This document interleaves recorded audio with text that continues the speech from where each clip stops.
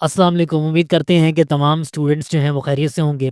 C S 604 operating systems का जो subject है वो हम लोग स्टडी कर रहे हैं। 7 लेक्चर्स हम लोग कंप्लीट कर चुके हैं। 8वें लेक्चर को आज हमने स्टार्ट करना है। तो यहाँ पर हम लोग डिस्कस करने वाले हैं इंटर प्रोसेस कम्युनिकेशन को, कि कैसे मुख्तलिफ प्रोसेसेस जो हैं वो आपस में कम्युनिकेट करते हैं। तो ऐसा अमल जो है हमारे पास वो इंटर प्रोसेस कम्युनिकेशन कहलाता है, कि जिसमें प्रोसेसेस आपस में कम्युनिकेट करते हैं।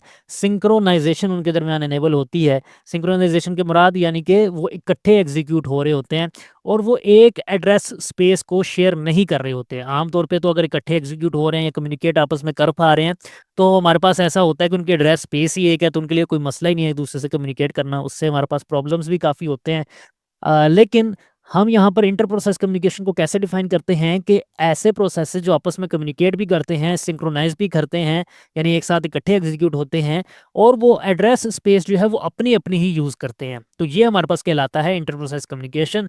अब इसमें मैसेज पासिंग के कई सारे तरीके हैं, यानी कि इंटर प्रोसेस प्रोसेस कम्युनिकेशन करने के, मैसेज पासिंग उसको हम बोल रहे हैं, उसको करने के कई तरीके हैं।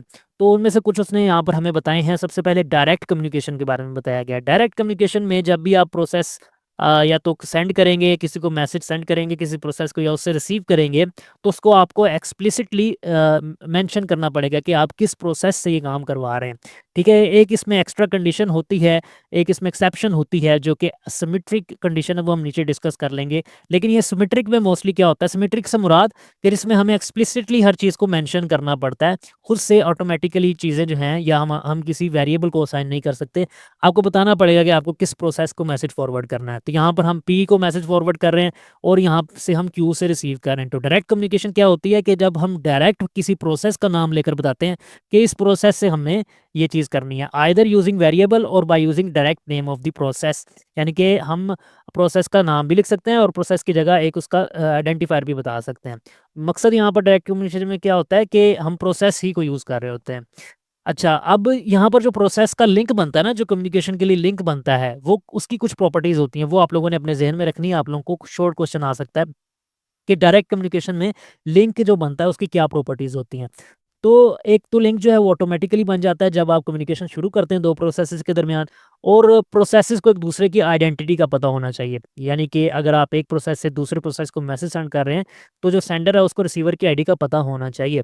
अब लिंक जो है वो एग्ज़ैक्टली 2 प्रोसेसेस के दरमियान बनता है डायरेक्ट कम्युनिकेशन में, यानी कि पी और क्यू जो है वो आपस में कम्युनिकेट करना चाह रहे हैं, तो एक डायरेक्ट लिंक जो है वो दोनों के दरमियान बन जाएगा। इसी को डायरेक्ट कम्युनिकेशन बोला जाता है। कोई तीसरे के दरमियान ये लिंक जो है वो शेयर नहीं होगा। और कह रहा है कि one link exists between each pair of processes, और हर पेयर ऑफ प्रोसेसेस में एक-एक लिंक आता है, 2-2 नहीं आ सकते। उसके बाद कह रहा है कि एक इसकी एक्सेप्शन है, जो कि एसिमेट्रिक एड्रेसिंग होती है, जिसमें आप आईडी लिख सकते हैं। आईडी लिखकर जो भी, जिस प्रोसेस की भी वो आईडी होगी, वो प्रोसेस उसके साथ मैसेज को रिसीव कर सकता है। या तो प्रोसेस का नाम लिख दें, या फिर आप आईडी भी लिख सकते हैं, और आईडी लिखेंगे तो फिर वो हमारे पास एसिमेट्रिक एड्रेसिंग कहलाएगी। अब इनडायरेक्ट कम्युनिकेशन में हम प्रोसेसेस का नाम नहीं लिखते, बल्कि हम एक मेल बॉक्स बता देते हैं कि फ़लाँ मेल बॉक्स, लेट्स से कि ए मेल बॉक्स है, उसको मैसेज सेंड कर दो, और ए मेल बॉक्स है तो उससे मैसेज रिसीव कर लो। अब मेल बॉक्स जो होता है उसमें कई तरह के प्रोसेसेस हो सकते हैं। तो इस तरह से भी हम इंटर प्रोसेस कम्युनिकेशन या फिर मैसेज पासिंग कर सकते हैं। अब जो इनडायरेक्ट कम्युनिकेशन में लिंक की प्रॉपर्टीज़ होती हैं, वो भी आप लोग अपने ज़हन में रखें। आप लोगों को ये भी शॉर्ट क्वेश्चन में आ सकती है। कह रहा है कि link is established between a pair of processes only if both members have a shared mailbox. यानी कि आप उन्हीं के दरमियान लिंक क्रिएट कर सकते हैं, उन्हीं 2 प्रोसेसेस के दरमियान, के जिनका मेल बॉक्स जो है वो एक जैसा है। ऐसा नहीं है कि आप प्रोसेस क्रिएट कर रहे हैं, ए प्रोसेस वो मेल बॉक्स में फ़ॉल ही नहीं कर रहा, तो आप उनके दरमियान फिर कम्युनिकेशन नहीं करवा सकते। यानी कि ये ए और यहाँ पर तो ए एक ही मेल बॉक्स को रिप्रेज़ेंट कर रहे हैं ना, तो ये दोनों प्रोसेसेस जो आपस में, इनके प्रोसेसेस आपस में कम्युनिकेट करेंगे ए मेल बॉक्स से, तो वो सारे एक ही मेल बॉक्स को पॉइंट करने चाहिए, जैसे कि हमारे पास इस केस में ए मेल बॉक्स को पॉइंट कर रहे हैं। उसके बाद कह रहा है कि a link is associated with more than 2 processes. एक लिंक जो है वो एक से ज़्यादा प्रोसेसेस के साथ भी कम्युनिकेट कर सकता है, एसोसिएट हो सकता है। यहाँ पर तो हम देख रहे थे कि एक पेयर ऑफ प्रोसेसेस के दरमियान एक लिंक आता है ना, यहाँ पर एक पेयर ऑफ प्रोसेसेस से ज़्यादा भी हो सकते हैं। अब वो डिपेंड करता है कि एक मेल बॉक्स में कितने प्रोसेसेस आ रहे हैं। उसके बाद कह रहा है कि number of different links may exist between each pair of communicating services with each link corresponding to one mailbox. यानी कि बहुत ज़्यादा लिंक्स जो हैं वो एक मेल बॉक्स में आ सकते हैं। सॉरी, वो कह रहा है कि number of different links may exist between each pair of communicating processes. यानी कि जो प्रोसेसेस है ना हमारे पास, लेट्स से कि पी है, क्यू है, फिर हमारे पास आई है, जे है, इस तरह से और भी कई प्रोसेसेस हैं। इन दोनों के दरमियान एक लिंक है, इन दोनों के दरमियान एक लिंक है, इन दोनों के दरमियान एक लिंक है। तो ये जो 3 लिंक्स हमारे पास बने हैं ना, ये ओवरऑल एक मेल बॉक्स को रिप्रेज़ेंट कर रहे हैं, ठीक है? तो वो कह रहा है कि हर लिंक जो है वो किसी एक मेल बॉक्स को रिप्रेज़ेंट कर रहा होगा। तो यही हमारे पास इसकी कुछ ख़ुसूसियात होती हैं। सिंक्रोनाइज़ेशन के बारे में हमें बताया गया है कि किस तरह से प्रोसेसेस जो हैं वो एक दूसरे के साथ एग्ज़ीक्यूट होते हैं। तो इसके लिए हम या तो ब्लॉकिंग कर सकते हैं, यानी कि ब्लॉकिंग क्या होती है कि हम जब एक काम कर रहे हैं तो दूसरे काम को ब्लॉक कर दें। तो इस चीज़ को हम सिंक्रोनस तरीके से काम करना बोलते हैं। और नॉन ब्लॉकिंग यानी कि हम नॉन ब्लॉक ना करें चीज़ों को और दोनों को कंकरेंसी के साथ एग्ज़ीक्यूट करवाएँ, तो वो हमारे पास फिर एसिंक्रोनस चीज़ होती है। ब्लॉकिंग सेंड क्या होता है? ब्लॉकिंग सेंड भी होता है, ब्लॉकिंग रिसीव भी होता है। ब्लॉकिंग सेंड ये होता है कि सेंडिंग प्रोसेस जो है वो तब तक ब्लॉक किया जाता है जब तक रिसीविंग प्रोसेस जो है वो अपना मैसेज रिसीव नहीं कर लेता। यानी कि आपने एक मैसेज सेंड किया और फिर आपने सेंडर को ब्लॉक कर दिया कि अब आपने ज़्यादा मैसेज सेंड नहीं करने, नहीं तो हमारे लिए मसला हो जाएगा संभालना मैसेजेस को। तो इसलिए आप ब्लॉकिंग सेंड का यूज़ करते हैं। नॉन ब्लॉकिंग सेंड में आप कोई रोकते नहीं हैं, आप प्रोसेसेस को लगातार भेजते रहते हैं। ब्लॉकिंग रिसीव में क्या है, रिसीवर तब तक ब्लॉक करके रखता है जब तक सेंडर जो है वो अपना मैसेजेस सेंड नहीं कर देता। मतलब सेंडर ने कुछ सेंड ही नहीं किया तो रिसीवर अपनी जो बैंडविड्थ है उसको बिला वजह कंज्यूम नहीं करेगा। जैसे ही सेंडर मैसेज सेंड करेगा तो फिर वो उसको रिसीव करेगा और फिर अपने आप को ब्लॉक करेगा। फिर जब सेंडर सेंड करेगा तो फिर इस तरह से कम्युनिकेशन चलेगी। नॉन ब्लॉकिंग रिसीव में जो है वो रिसीवर रिसीव ही करता रहेगा चाहे मैसेज सेंड हो ना हो। वो अगर कुछ नहीं मैसेज सेंड हो रहा तो वो फिर उसको नल अपनी एग्जीक्यूट करके बैंडविड्थ कंज्यूम करता रहेगा सिग्नल की। अच्छा, उसके बाद बफरिंग क्या होती है? बफरिंग हमारे पास वो कह रहा है कि हम जब मैसेजेस सेंड करते हैं तो वो उसके लिए 2-3 तरीके होते हैं। या तो हम उसको किसी लाइन में रखते रहते हैं, मतलब एक प्रोसेस को हम सेंड कर रहे हैं ना, तो दूसरा प्रोसेस आया तो उसको हमने एक क्यू में रखते गए। ठीक है? ये जब हम पैकेट स्विचिंग आई थिंक हमने आप लोगों ने अगर पढ़ी होगी किसी और सब्जेक्ट में, तो उसमें हमने पढ़ा था कि किस तरह से क्यूज़ की सूरत में डाटा पैकेट्स को रख लिया जाता है। तो वही चीज़ आप यहीं पे भी समझ लें, अगर जो कॉन्सेप्ट तो डिफरेंट है, ये ऑपरेटिंग सिस्टम्स हैं। तो यहाँ पर वो कह रहा है कि एक तो ज़ीरो कैपेसिटी होती है। ज़ीरो कैपेसिटी से मुराद कि क्यू हमारे पास से कुछ सँभाल ही नहीं सकती, तो आप लोगों को क्या करना पड़ेगा कि जो भी प्रोसेस आ रहा है उसको आप लोगों को आगे सेंड करना पड़ेगा। ठीक है? कह रहा है the Q has maximum length 0 thus the link cannot have any messages waiting in it. In this case the sender must block until the message has been received. तो उस केस में तो क्यू आप लोगों के पास है ही नहीं, तो सेंडर को फिर हर सूरत में ब्लॉक ही करना पड़ेगा जब तक वो मैसेज रिसीवर रिसीव नहीं कर लेता। अच्छा, अब बाउंडेड कैपेसिटी में क्या होता है कि आप कुछ लिमिटेड किस्म के जो प्रोसेसेस हैं ना वो क्यू में रख सकते हैं। यानी कि आप प्रोसेसेस जो हैं वो क्यू में रख सकते हैं। एक प्रोसेस उनमें से एग्जीक्यूट करवा के आगे भेज देंगे रिसीवर को, बाकी प्रोसेसेस क्यू में लगे रहेंगे।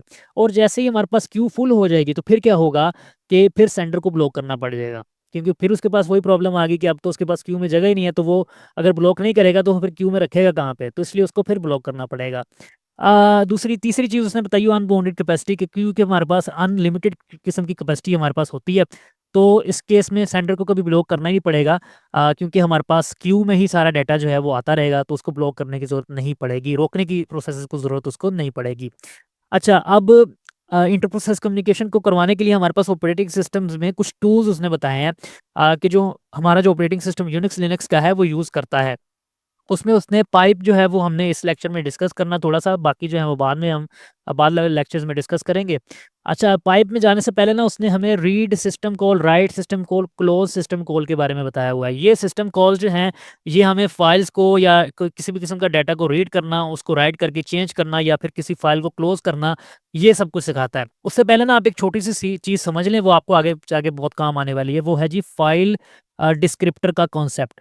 फाइल डिस्क्रिप्टर हमारे पास क्या होता है? एक सिंपल अल्फाज में ये समझें कि ऐसा रेफरेंस होता है हमारे पास कि जो हमारी फाइल को पॉइंट कर रहा होता है। ज़ीरो जो है वो हमारी टेक्स्ट की कोई फलां फाइल जो है उसको रिप्रेजेंट कर रहा है। तो इस तरह से मतलब फाइल डिस्क्रिप्टर जो होता है एक यूनिक इंटीजर होता है जो कि हमारी फाइल को पॉइंट आउट कर रहा होता है। ठीक है? अब रीड सिस्टम कॉल जो है उसका सिनॉप्सिस आप लोगों के साथ शेयर किया गया है। उसका मकसद क्या होता है कि एक तो फाइल डिस्क्रिप्टर यहाँ पे आ जाता है, जो कि हमारे पास यूनिक नंबर होता है और जहाँ से हमें रीड करना है जो हमारा एड्रेस है वो यहाँ पर आ जाता है और हमें कितना रीड करना है up to how many bytes, तो वो हम यहाँ पर बताते हैं। तो यहाँ पर उसने ये बताया हुआ है कि read attempts to read up to count bytes from file descriptor FD, यानी कि हमारा जो फाइल डिस्क्रिप्टर किसी फाइल को पॉइंट आउट कर रहा है या किसी फाइल को नहीं भी कर रहा, लाजमी नहीं है कि फाइल डिस्क्रिप्टर किसी फाइल को ही पॉइंट आउट करे। आगे चल के हमने पाइप का कॉन्सेप्ट पढ़ना है तो उसमें ये किसी पाइप को भी पॉइंट आउट कर रहा हो सकता है, यानी कि आप ये समझ लें कि किसी भी डेटा को जो है वो ये पॉइंट आउट कर रहा होता है। तो वो कह रहा है कि ये बफर से रीड करता है, यानी कि ये जो हमने बफर लगाया ना वॉइड स्टैटिक बफर, ये क्या है, बेसिकली एड्रेस है जहाँ से ये रीड कर रहा है। कह रहा है कि अगर काउंट हमारे पास जीरो हो तो रीड रिटर्न जीरो करेगा, यानी कि अगर आप कुछ स्पेसिफाई कर रहे हैं कि आप जीरो बाइट रीड कर लें तो कितने बाइट रीड करेगा, जीरो रिटर्न कर देगा। उसका इंटीजर भी जीरो आएगा जो कि वो यहाँ पर रिटर्न करेगा SIST में। और कह रहा है कि अगर आप जो मैक्सिमम साइज़ है आपके बाइट्स का उससे आप ज़्यादा का साइज़ देते हैं काउंट में, तो फिर वो रिज़ल्ट को अनस्पेसिफाई करेगा, यानी कुछ भी प्रोड्यूस नहीं करेगा। और कह रहा है कि अगर सक्सेस हो जाती है, यानी कि रीड जो है वो रीड कर लेता है जितने बाइट्स आपने बताए थे, आपने कहा था कि 5 बाइट्स जो है वो रीड कर लो फलां जगह से, फलां डेटा से। तो वो उसने जब रीड कर लिए तो फिर वो क्या करेगा कि फाइल पोजीशन पॉइंटर को एक नंबर आगे बढ़ा देगा। फाइल पोजीशन पॉइंटर क्या है? यानी कि यहाँ तक मैंने रीड कर लिया, जो भी मेमोरी में ये चीज़ें स्टोर हो रही होती है ना, तो वो अपने पास सेव कर लेगा रिकॉर्ड कि यहाँ तक मैंने रीड कर लिया है, अब उसको एक स्टेप आगे ले जाएगा। अच्छा, उसके बाद राइट सिस्टम कॉल के बारे में बताया गया। Write attempts to write up to count bytes to the file referenced by the file descriptor, यानी कि उस फाइल में या उस डेटा में फाइल डिस्क्रिप्टर जिसको रेफरेंस कर रहा है उसको आप राइट कर सकते हैं up to how many bytes, जितना आपने यहाँ पर डिफाइन किया होगा। और वॉइड स्टैटिक बफ कांस्टेंट जो है ये हमें बताएगा कि आपने कहाँ पर राइट करना है। तो ये यानी कि मेमोरी में कहाँ पे आपने स्टोर करवाना है, ये समझ लें। अच्छा, जैसे ही राइट अपना मतलब राइट कर लेगा तो वो SIST को क्या रिटर्न करेगा, जितने भी बाइट्स उसने रीड किए हैं, सॉरी राइट किए हैं, ठीक है, जितने भी बाइट्स उसने चेंज किए हैं या राइट किए हैं।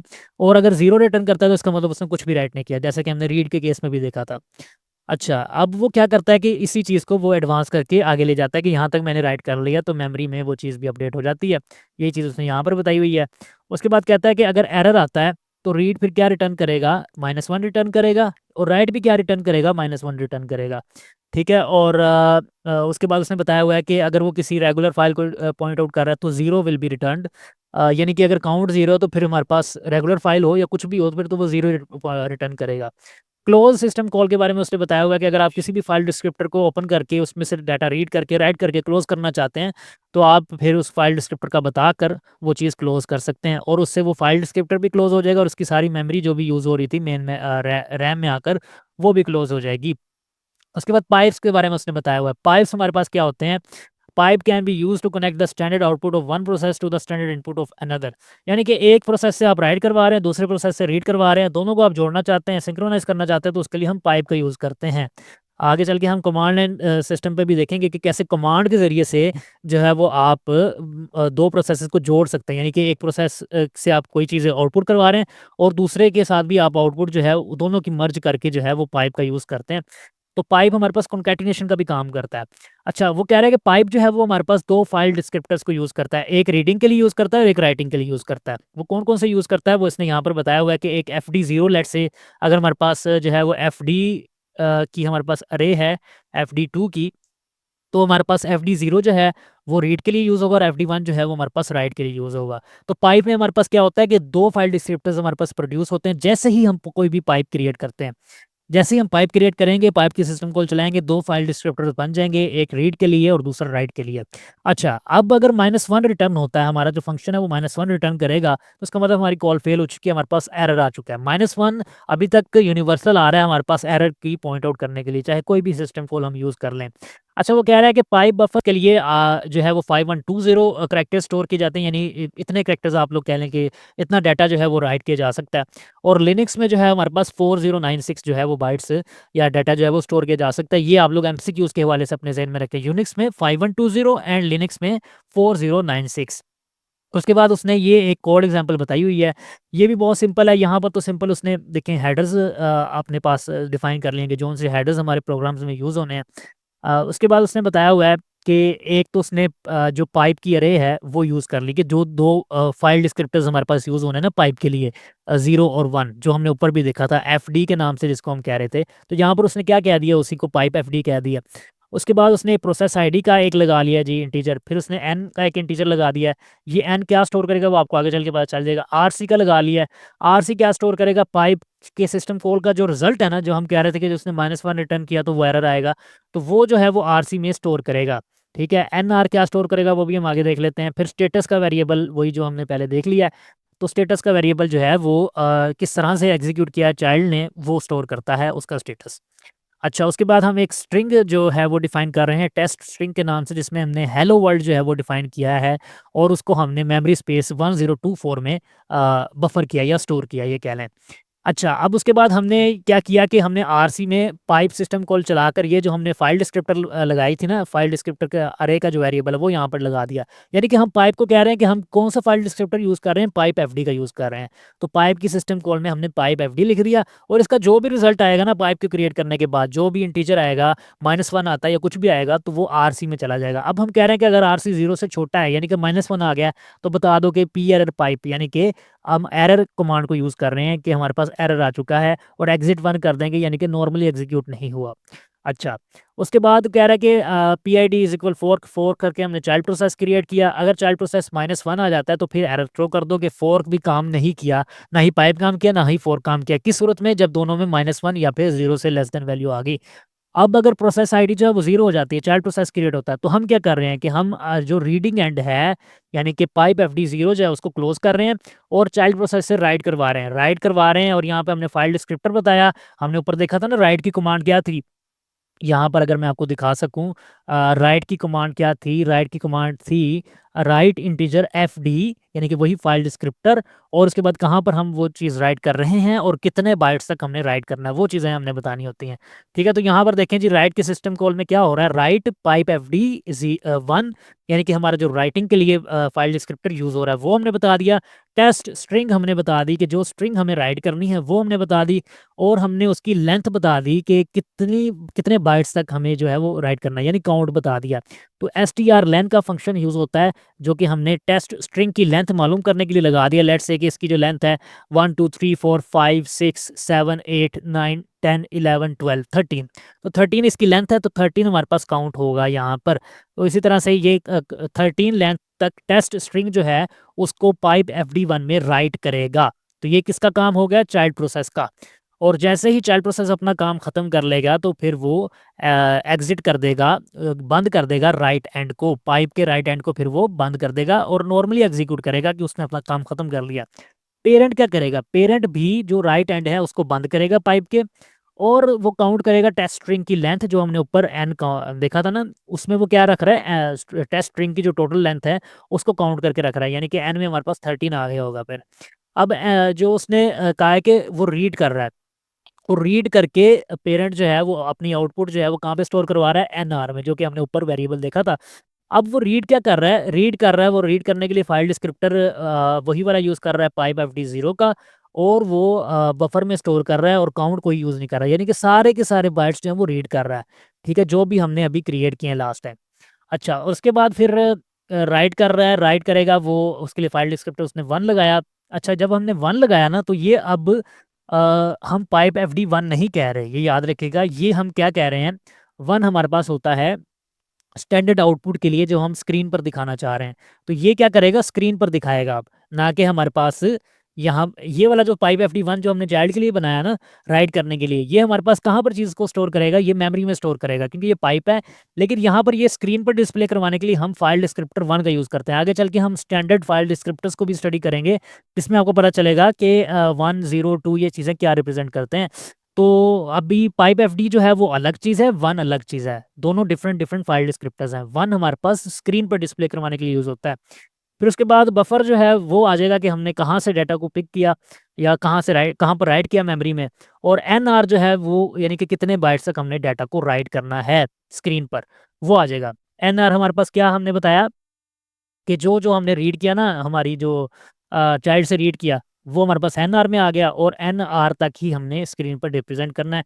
अच्छा, उसके बाद देखेगा कि जब पेरेंट प्रोसेस देखेगा कि चाइल्ड प्रोसेस एग्जीक्यूट तो नहीं हो रहा, अगर एग्जीक्यूट हो रहा है तो वेट करेगा, और फिर आगे प्रेजेंट कर देगा कि जी गुड वर्क चाइल्ड, यानी कि अब पेरेंट का काम जो है वो शुरू हो गया है। उसके बाद एक छोटी-सी चीज़ उसने यहाँ पर बताई है कि वही चीज़ कि पाइप एफडी 0 जो है वो रीड एंड के लिए यूज़ हो रहा है, राइट एंड के लिए पाइप एफडी 1 यूज़ हो रहा है। और एक इम्पोर्टेंट चीज़ है कि मेमोरी इमेज जो होती है वो चाइल्ड प्रोसेस की पेरेंट प्रोसेस के बराबर होती है जब हम 4 का यूज़ करते हैं। और इसी तरह से जो हमारा फाइल डिस्क्रिप्टर टेबल होता है वो भी चाइल्ड प्रोसेस में कॉपी हो जाता है। यानी कि जो चीज़ हम पेरेंट के लिए यूज़ कर रहे होते हैं ना, जब हम फॉर का यूज़ करते हैं तो वही चीज़ हमारे पास चाइल्ड प्रोसेस के लिए भी बन जाती है। सेम टू सेम चीज़ें उसके लिए भी बन जाती हैं। यही चीज़ उसने हमें यहाँ पर बताई हुई है। बाकी जो है वो फिर हम नेक्स्ट लेक्चर में इंशाल्लाह डिस्कस करेंगे।